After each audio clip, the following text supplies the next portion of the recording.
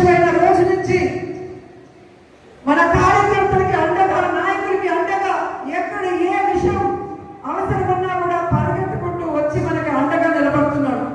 కాబట్టి కార్యకర్తలకు చెప్పేది ఒకటే, ధైర్యంగా ఉండండి. తప్పు చేసిన వాడు ధైర్యంగా ఉన్నప్పుడు తప్పు చేయని మనం, సంక్షేమం అభివృద్ధి చేసిన మనం ఎందుకు భయపడాలని కూడా ఈ సందర్భంగా తెలియజేసుకుంటున్నాం. మీకు నియోజకవర్గంలో నేనున్నాను, జిల్లాలో కరుణాకర్ గారు ఎంపీ ఉన్నారు, రాష్ట్రంలో జగన్మోహన్ రెడ్డి గారు ఉన్నారని కూడా మేము అందరికీ తెలియజేసుకుంటున్నాం. మన పార్టీకి పోరాటాలు కొత్త కాదు.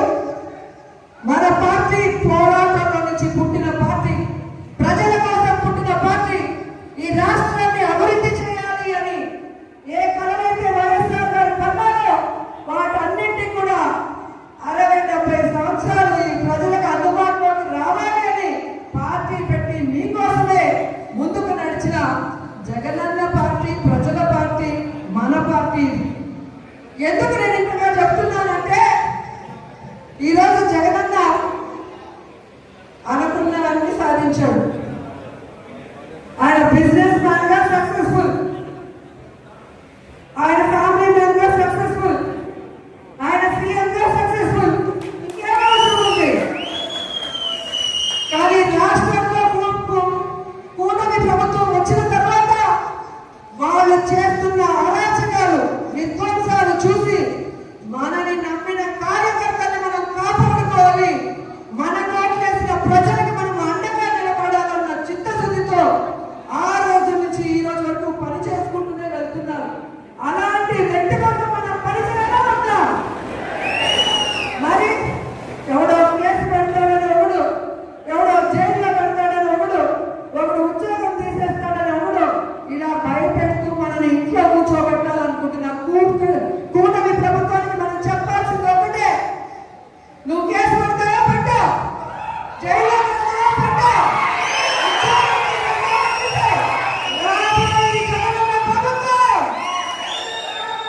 కేసులు పెట్టినోడికి, విధ్వంసాలు సృష్టించడానికి వడ్డీతో సహా ఇచ్చేస్తాం.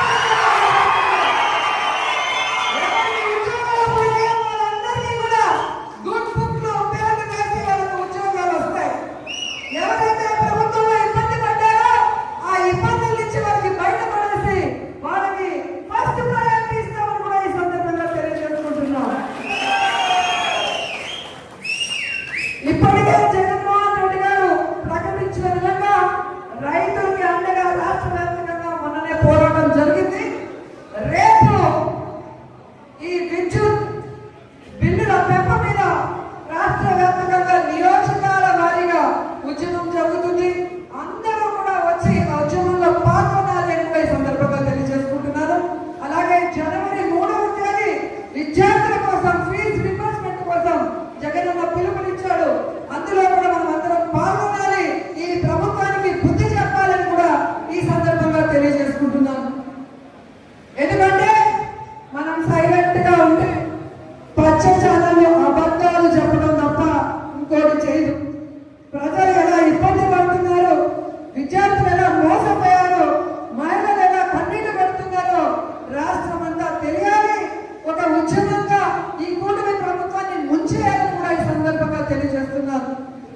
ఈరోజు ఇంత వర్షంలో కూడా పార్టీ సర్వసభ సమావేశం అనగానే ఈరోజు ఒక్కొక్కరు జగనన్నకి మేమున్నామంటూ బయటకు వచ్చినందుకు మీ అందరికీ పాదాభివందనాలు తెలియజేసుకుంటూ ఈ కార్యక్రమాన్ని ఇక మన ఎంపీ గురుమూర్తి గారు మాట్లాడాలని ఆయనకి హ్యాండ్ ఓవర్ చేస్తున్నాను. Thank you so much.